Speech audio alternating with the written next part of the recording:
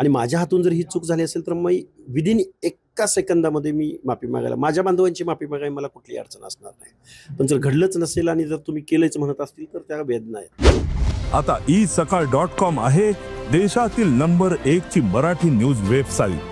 प्रत्येक अपडेटसाठी isakal.com ला नक्की भेट द्या. मराठा आरक्षण प्रश्नी मनोज जरांगे पाटील हे 29 तारखेला मुंबईला जाणार आहे. तर ओबीसी आरक्षण बचावासाठी आज बीडमध्ये एक बैठक पार पडते. बैठकीसाठी स्वतः ओबीसी नेते लक्ष्मण हाके आणि नवनाथ वाघमारे आज बीडमध्ये दाखल झालेले आहेत. त्यांच्यासोबत बातचीत करणार आहे. काय सांगाल हाके साहेब, आज बैठक पार पडते, कशा संदर्भाची बैठक असणार आहे, बैठकीतून काय निर्णय होणार आहे? बैठकीमध्ये आपण नक्की काय करायचं, आपण ओबीसी बांधवामध्ये जागृती निर्माण करायची. सरकार जर झुंडीला बळी पडून बेकायदा मागण्यांना जर मान्यता देण्याच्या तयारीत असेल, तशी समिती गठीत केली जात असेल, म्हणजे इथं बळी तो कानपिळी हा न्याय आहे का? इथं संविधान आहे का? इथं छोट्या समूहांची, ओबीसीमधल्या छोट्या घटकाच्या हिताचं संरक्षण जर महाराष्ट्र सरकारच्या हातून होणार नसेल तर आम्हाला लोकांमध्ये गेलं पाहिजे. मग आम्ही ती संघर्ष यात्रा घेऊन मुंबईला जायचं का संघर्ष यात्रा महाराष्ट्रामध्ये काढायची आणि ओबीसीला कसं जागृत करायचं आणि काय फॅक्ट आहे हे आम्ही ओबीसी बांधवांना समजावून सांगणार आहोत. आणि खूप मोठं जनआंदोलन या महाराष्ट्रामध्ये आम्ही उभं करत आहोत. सकाळी एका माध्यमांशी बोलताना भावूक झाला, तुमच्या डोळ्यामध्ये अश्रू अनावर झाले, काय तो क्षण नेमके काय होतं विषय? विषय असा आहे, तो खरं तर तो कालच विषय संपलेला आहे. सन्माननीय भुजबळ साहेबांनी ज्यावेळी प्रतिक्रिया दिली त्यानंतर तो विषय आमच्यासाठी संपलेला आहे. प्रश्न असा आहे की ओबीसीची चळवळ डॅमेज करण्याचा प्रयत्न होतोय. कारण ओबीसीमध्ये जोपर्यंत फूट पडत नाही तोपर्यंत काही लोकांचे, काही बेकायदा मागणी करणाऱ्यांचे हेतू साध्य होत नाहीत. माझा तो भावूक क्षण असा होता की गेल्या 2-3 वर्षापासून आम्ही ओबीसी श्वास म्हणून जगत असताना आम्ही कुठंही सार्वजनिकरित्या, कुठल्याही पोडियम समोर, कुठल्याही माईक समोर, कुठल्याही बैठकीमध्ये, कुठंही जाहीररित्या अशा पद्धतीचं वक्तव्य केलेलं नसताना सुद्धा एक व्हिडिओ, असा उलटा व्हिडिओ धरून त्याच्यामध्ये शब्द आणि एवढे असंवेदनशील बेजबाबदार शब्द तोंडामध्ये घातले गेले. हे खरं का खोटं मी खोटंच म्हणेल आणि पुढची माणसं खरंच म्हणतील. आता याच्यावरती खरं का खोटं हे जोपर्यंत कळणार नाही तोपर्यंत ओबीसीची खूप मोठी हानी झालेली असेल. आणि माझ्या हातून जर ही चूक झाली असेल तर मग विदिन एका सेकंदामध्ये मी माफी मागायला, माझ्या बांधवांची माफी मागायला मला कुठली अडचण असणार नाही. पण जर घडलंच नसेल आणि जर तुम्ही केलंच म्हणत असतील तर त्या वेदना आहेत. आणि समोरचा वार झेलत असताना आपण खूप द्वेषानं निकराची लढाई लढू. पण जर अशा पद्धतीचे छुपे आणि कटकारस्थान जर आमची ओबीसीची चळवळ मोडीत काढण्यासाठी कोण करत असेल तर ह्या वेदना, कारण आम्ही सामान्य कुटुंबातली पोरं आहोत, आम्ही प्रोफेशनल म्हणजे असं खूप तोलून मोजून मापून त्या शब्दामध्ये बोलू शकत नाही आहोत. हजारो लोक आमच्या समोर येतात. आम्ही जर प्रोफेशनल वागलो असतो तर ओबीसीची चळवळ उभी राहिली नसती. कारण इथला कुठलाही नेता वास्तव भूमिका घ्यायला तयार नाही. काय वाटोळं होणार आहे ओबीसीचं याच्यावरती एक ब्र शब्द बोलायला तयार नाहीत. मंत्रिपदाचे लाभ घेत असताना ओबीसीच्या या लोकांचं होणार काय हे माहीत असून जर सरकारमधली माणसं बोलत असतील तर याच्या एवढं दुर्दैव दुसरं कुठलं नाही. चलो मुंबईचा नारा दिलेला आहे, एकीकडे सरकारने बैठक घेतलेली आहे मराठा आरक्षण प्रश्न, यावर तुमचं काय मत असणार आहे? हे झुंडशाहीला बळी पडणारं सरकार आहे असं मी डायरेक्ट सरकारवर आरोप करतोय. लक्ष्मण हाके यांच्या वक्तव्यानंतर तुम्ही आज पुन्हा दोघं एकत्र आलेला आहात. काल संपूर्ण महाराष्ट्राने चित्र बघितलेलं आहे, त्यांचं वक्तव्य समोर आलं, त्याच्यानंतर तुम्ही प्रतिक्रिया दिली आणि आज तुमची बैठक पार पडते, तुम्ही बैठकीला आहेत. आम्ही काल एकत्र होतो, आज आहेत, उद्या राहू. हे समाजासाठी लढत असताना मला एकत्र राहावं लागणार आहे. आमचे काय नॉर्मल काही गोष्टीवर मतभेद झाले तरी मनभेद आमचे होऊ शकत नाहीत. प्रश्न असा आहे, एका व्हिडिओच्या माध्यमातून महाराष्ट्रभर गाव खेड्यापर्यंत व्हिडिओ गेला आणि त्याच्यातून गैरसमज, शंका कुशंका निर्माण झाल्या. त्या व्हिडिओवरूनच कुठतरी अस्वस्थ झालं आणि साहजिके समाजाच्या माध्यमातून समाजाचे फोन मला आले, मी त्या माध्यमातून मीडियाशी व्यक्त झालो. त्यामध्ये सुद्धा मी हीच भाषा बोललो किंवा नेमकं लक्ष्मणरावलाच ह्या गोष्टीचं काय नेमकं सत्य आहे की असत्य हे त्यामध्ये आहे.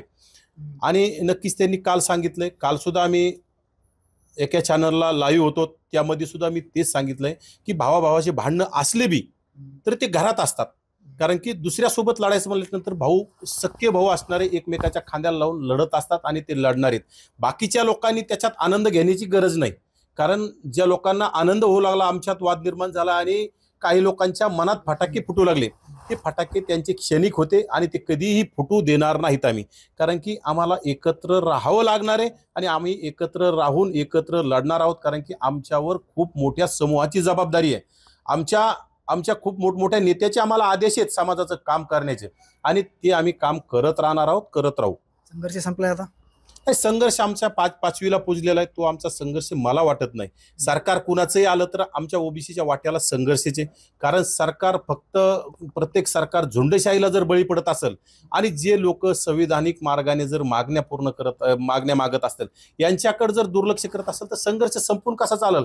आम्हाला सुद्धा आता वेगळा विचार करायची कुठेतरी पाळी येते का काय असा आमच्यामध्ये सुद्धा शंका यायला लागली, कारण की कुठल्याही अभ्यास नाही, काय मागतो हे अभ्यास नाही, असे लोक जर काही मागायला लागले त्यांच्या माध्यमातून जर GR निघत असतील, अध्यादेश निघत असतील तर आम्हाला सुद्धा काहीतरी विचार करावा लागेल, कारण की जे मुख्यमंत्र्यासारखे लोक जर फक्त नौटंकी म्हणून जर म्हणत असतील किंवा ओबीसी आमचा DNA आणि ओबीसीची बाजू घेतली म्हणून मला टार्गेट केल्या जाते, हे कुठतरी आम्हाला वाटतं की तुम्ही खोटं बोलताय.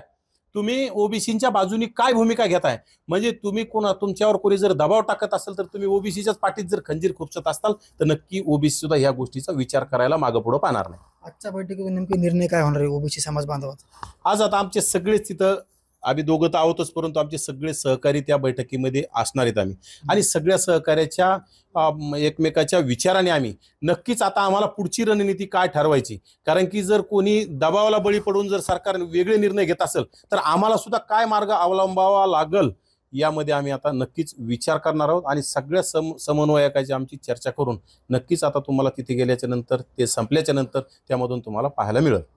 काल मराठा समाज बांधवांकडून एक इशारा दिलेला आहे, काही बक्षीस देखील जाहीर केलेलं आहे तुमच्या संदर्भात, त्या संदर्भात मला काय म्हणायचं नेमकी?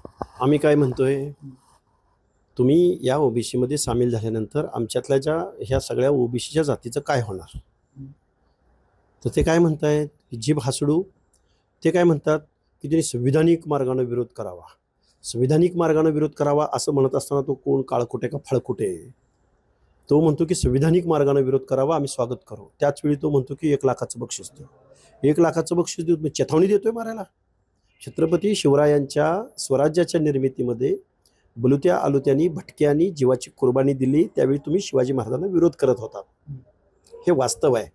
तुम्ही आजपर्यंत खूप दंगली केल्या असतील, तुम्हाला तो अनुभव असेल दादागिरी करण्याचा, पण गावगाड्यातल्या ओबीसींच्या विरोधामध्ये जर तुम्हाला काय, मी कालही बोललोय, जे काही तुम्हाला आम्हाला करायचं, आमचा जीव घ्यायचा घ्या, आम्ही फिरतोय, आम्ही आता बीड जिल्ह्यामध्ये आहोत, तुम्हाला कोणाला पाठवायचं आहे, काय झुंडीनं जीव घ्यायचा असेल तर घ्या, कारण त्यांच्याकडे उत्तर नाही आहे, त्यामुळे ते दादागिरीची भाषा करतात. आज बैठकीत नेमकी निर्णय काय होणार आहे? बैठकीत आमच्या आंदोलनाची रूपरेषा दिशा ठरेल. काही मोजक्या लोकांच्या उपस्थितीमध्ये आम्ही ही बैठक घेत आहोत आणि तसंही गेल्या 10-15 दिवसापासून वेगवेगळ्या ठिकाणी वेगवेगळ्या माध्यमातून आम्ही जात आहोत आणि हा लोकलढा, हा ओबीसीच्या हक्क अधिकाराचा लढा आहे. जेवढं 1947च्या स्वातंत्र्य लढ्याला महत्त्व आहे तेवढंच महत्त्व 2025च्या ओबीसीच्या लढ्याला आहे, कारण 50 ते 60% क्वांटम असणारा ओबीसी आजही निर्णय प्रक्रियेच्या बाहेर आहे आणि त्याचबरोबर दलित आदिवासी बांधवसुद्धा बाहेर आहेत असं माझं परखड मत आहे. आणि आमच्या ओबीसीच्या मंडल आयोगाच्या अंमलबजावणीची लढाई आंबेडकरी जनतेनं लढलेली होती. त्या बांधवाची उणीव आम्हाला त्यांनी नेतृत्व करावं. आम्ही ओबीसी बांधव त्यांच्या पाठीशी उभं राहायला तयार आहोत, कारण आंबेडकरी जनतेच्या रेट्यामुळंच मंडल आयोग लागू झाला, हे प्रांजळपणे नमूद करावं असं वाटतं. पण तो आज आमचा दलित आदिवासी बांधव, आमच्याही काही चुका झाल्या असतील, आम्ही नाही म्हणत नाही ओबीसी बांधवांची, पण दलित बांधवांनी आंबेडकरी जनतेनं पुढं यावं, आदिवासी बांधवांनी पुढं यावं आणि ह्या ओबीसीच्या आंदोलनामध्ये सहभागी व्हावं अशी माझी त्यांना हात जोडून कळकळीची विनंती आहे. नक्कीच लक्ष्मण हाके यांचा काल तथाकथित व्हिडिओ व्हायरल झाला होता आणि त्याच्यानंतर नवनाथ वाघमारे यांनी प्रतिक्रिया दिली ना. दोनही नेते आज पुन्हा एकदा बैठकीसाठी एकत्र आलेले आहेत. बैठकीमधून पुढील आंदोलनाची दिशा आणि ठरवणार असल्याचं त्यांनी स्पष्ट केलेलं आहे. साम टीव्हीसाठी योगेश काशीद, बीड. महाराष्ट्रातील सर्व बातम्यांचे विश्वासार्ह व्यासपीठ. सकाळच्या सर्व सोशल मीडिया प्लॅटफॉर्मला लाईक, फॉलो आणि सबस्क्राईब करा. तसंच सर्व नोटिफिकेशनसाठी बेल आयकॉन प्रेस करायला विसरू नका.